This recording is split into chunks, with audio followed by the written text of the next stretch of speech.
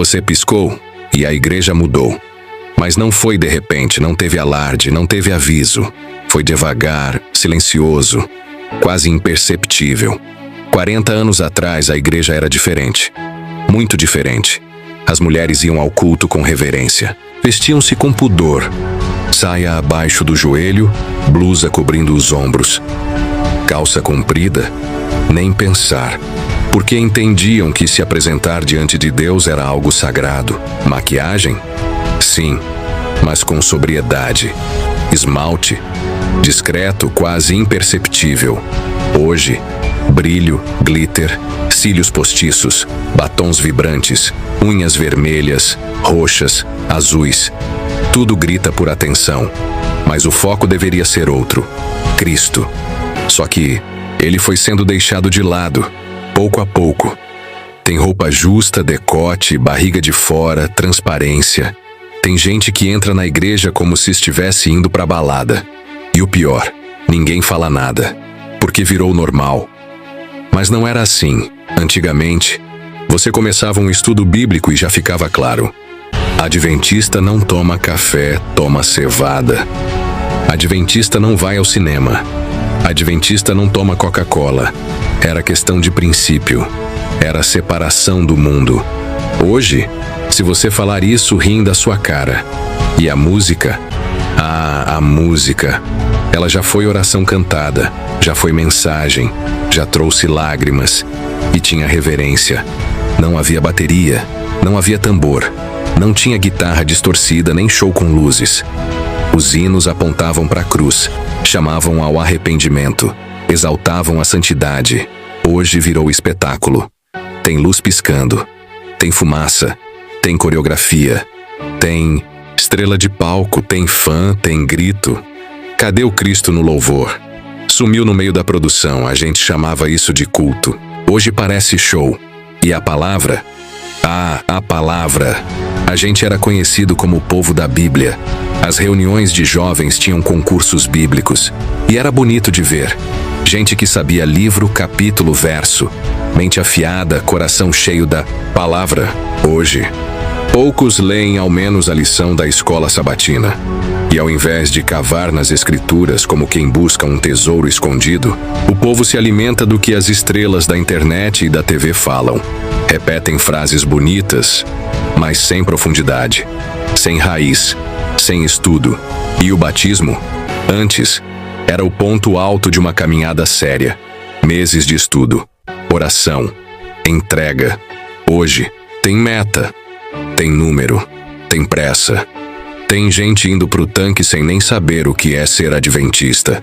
Saiu da água, sumiu da igreja. Ou fica, mas com uma vida espiritual rasa, sem raiz. Tudo corrido, tudo raso. E a culpa está no sistema que trocou preparo por desempenho. Casamento também era outra coisa. Homem e mulher oravam juntos, lutavam juntos, ficavam juntos. Hoje, se a toalha estiver fora do lugar, já tem gente pedindo divórcio. Casas quebradas, promessas esquecidas. E a igreja assiste em silêncio. E os pastores? Antes conheciam o nome de cada membro. Sentavam com os velhos, aconselhavam os jovens, visitavam os doentes. Hoje, estão correndo atrás de metas. Mal conseguem parar. São mais gerentes do que pastores. E a igreja sente falta, mas não fala. E a Santa Ceia já foi santa, já foi preparo, já foi respeito. Hoje virou momento genérico. Qualquer um participa, sem saber o que é, sem arrependimento, sem compromisso. E o sábado? Antes era guardado com zelo. Na sexta a comida já estava pronta, a roupa passada, a casa limpa. No sábado, silêncio, louvor, comunhão. Hoje tem restaurante, tem compra, tem passeio, tem selfie no parque. E o dia santo virou mais um feriado qualquer. Tudo isso não aconteceu de uma vez. Não teve grito, não teve alerta. Foi aos poucos, uma concessão aqui, um silêncio ali. Isso não é tão grave acolá, e quando percebemos, já era outra igreja. Com a mesma placa, com os mesmos bancos, com a mesma Bíblia. mas com um espírito diferente. A pergunta é: essa é a igreja que Cristo vai buscar? A que se parece com o mundo? A que aceita tudo? A que não confronta mais pecado? Ou será que estamos dormindo? Enquanto a arca está prestes a partir, chegou a hora de acordar, de lembrar do que fomos, de voltar ao que é certo, de parar de seguir o fluxo e começar a nadar contra ele. A santidade ainda é santa. A verdade ainda é verdade. E o erro continua sendo erro, mesmo que a maioria aplauda. Não dá mais para ignorar. Cristo está voltando. E ele não vem buscar uma igreja popular. Vem buscar uma igreja fiel. Então, a escolha é nossa. Continuar dormindo, satisfeitos com uma igreja cada vez mais parecida com o mundo. Ou levantar, erguer a cabeça e dizer: eu quero voltar. Voltar à essência, voltar à palavra, voltar a ser igreja, antes que seja tarde demais. Onde foi que erramos?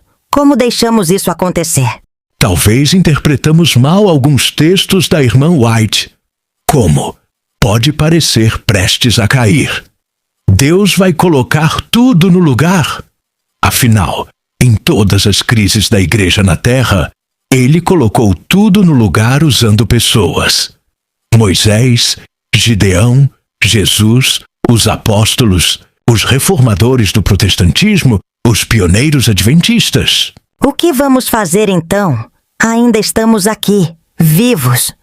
Mas quando morrer nossa geração toda, quem vai sobrar para resgatar os princípios de nossa fé? Temos que agir. Agora! O primeiro passo será orar e pedir a direção de Deus. Ele nos dirá o que fazer. O vídeo terminou, e o silêncio tomou conta da sala. Davi e Laura se entreolharam, o coração apertado, a alma incomodada. Aquilo ali mexeu com eles de um jeito que fazia tempo que não sentiam. Parecia que Deus havia falado direto com eles, sem rodeios. Naquela mesma noite, os dois dobraram os joelhos e deram início a algo que não faziam há muito tempo: jejum e oração com propósito. Todos os dias, às 5 da manhã, estavam de pé, com a Bíblia aberta, com lágrimas nos olhos, e uma única oração nos lábios: Senhor, o que o Senhor quer que a gente faça? Não demorou. Logo, outros começaram a se achegar. Irmãos que, assim como eles, também estavam incomodados. Sentiam que algo estava fora do lugar, mas não sabiam por onde começar. Foi então que Davi e Laura decidiram abrir as portas de casa. Não para mais um culto, não para mais uma reunião, mas para um clamor coletivo. A mesa estava posta com um lanche simples, mas feito com carinho por Laura. Pão de milho, bolinho de chuva, chá quentinho. Mas o verdadeiro alimento daquela tarde era a conversa sincera que tomava conta do ambiente. Ali, entre um gole e outro de chá, começaram a desabafar. Lembra quando a igreja era referência de santidade? E as vigílias que duravam a noite toda? A gente deixou isso morrer e ninguém falou nada.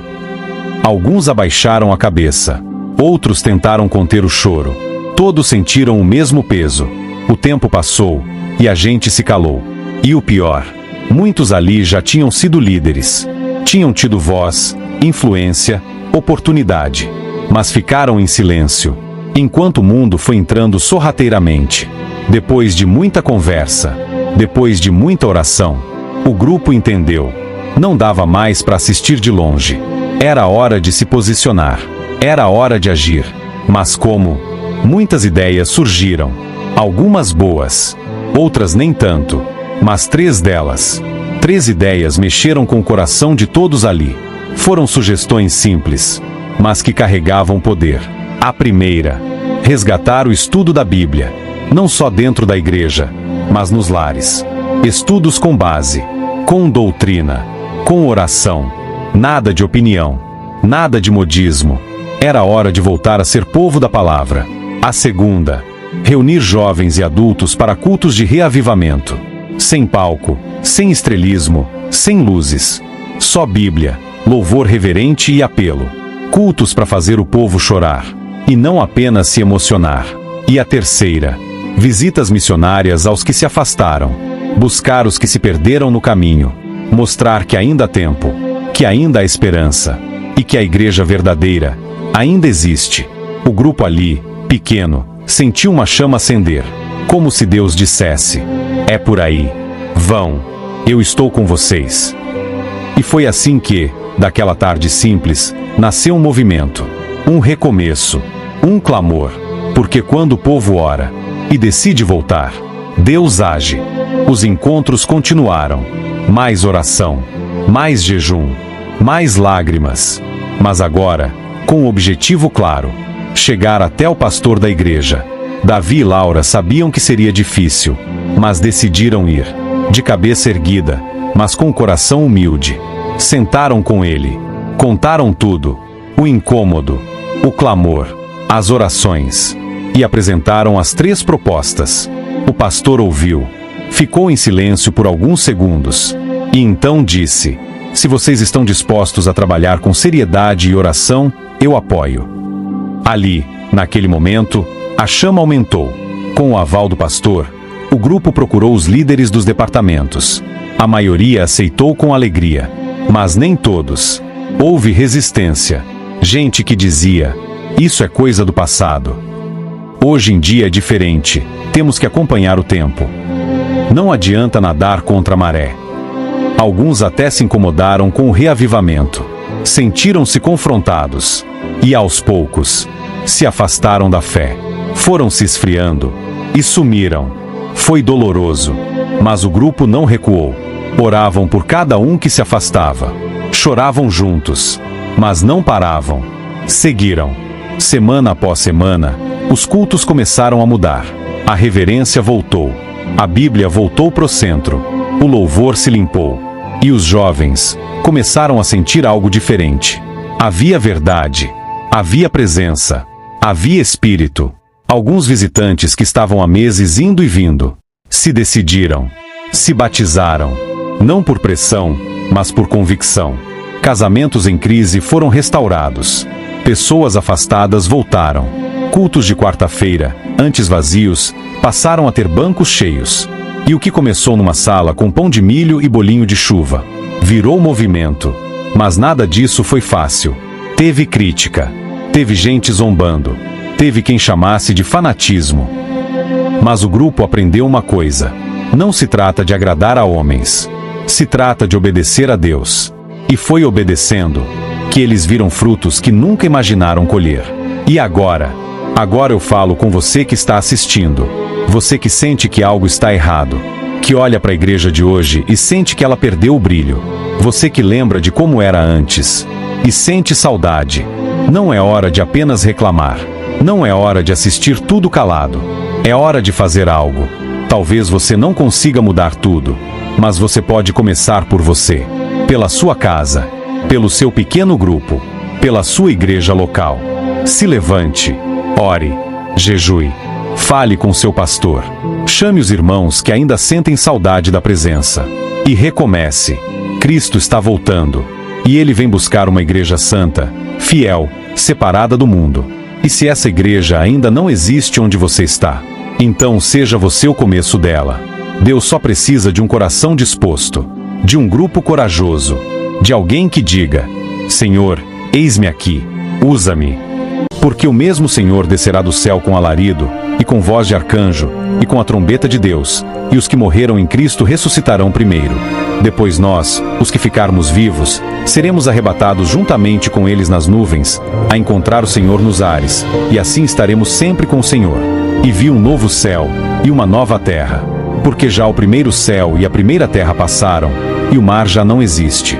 E eu, João, vi a santa cidade, a nova Jerusalém, que de Deus descia do céu, preparada como uma esposa adornada para o seu marido.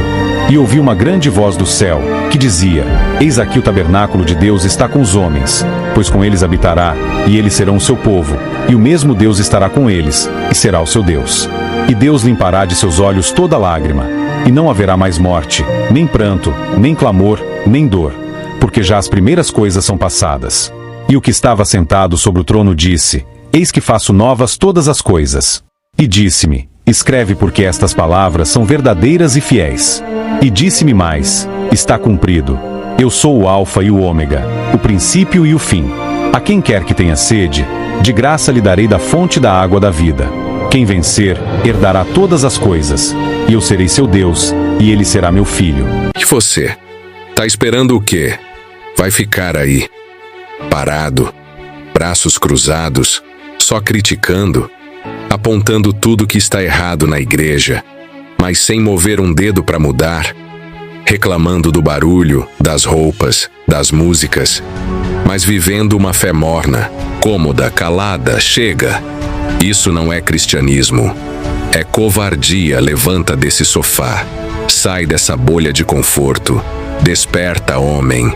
Desperta, mulher de Deus. Onde está o seu fogo? Onde está sua voz? Onde está sua coragem? Você foi chamado para ser sal da terra, para ser luz no meio da escuridão, para ser diferença e não plateia. Se coloque nas mãos de Deus. Arregaça essas mangas. Se consagre, ore, jejue, chore, clame.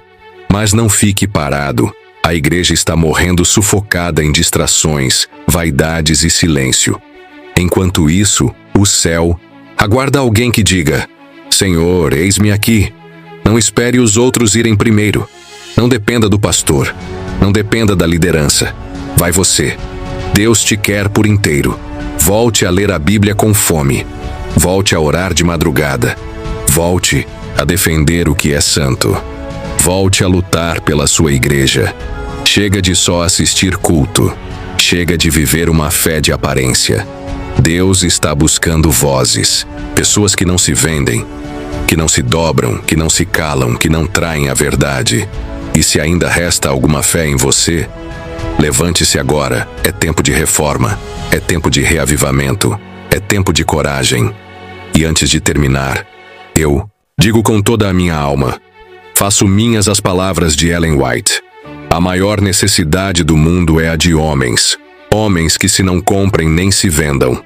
Homens que no íntimo de seu coração sejam verdadeiros e honestos. Homens que não temam chamar o pecado pelo seu nome exato. Homens cuja consciência seja tão fiel ao dever como a bússola o é ao polo. Homens que permaneçam firmes pelo que é reto, ainda que caiam os céus. E você vai continuar sentado? Ou vai ser esse homem, essa mulher,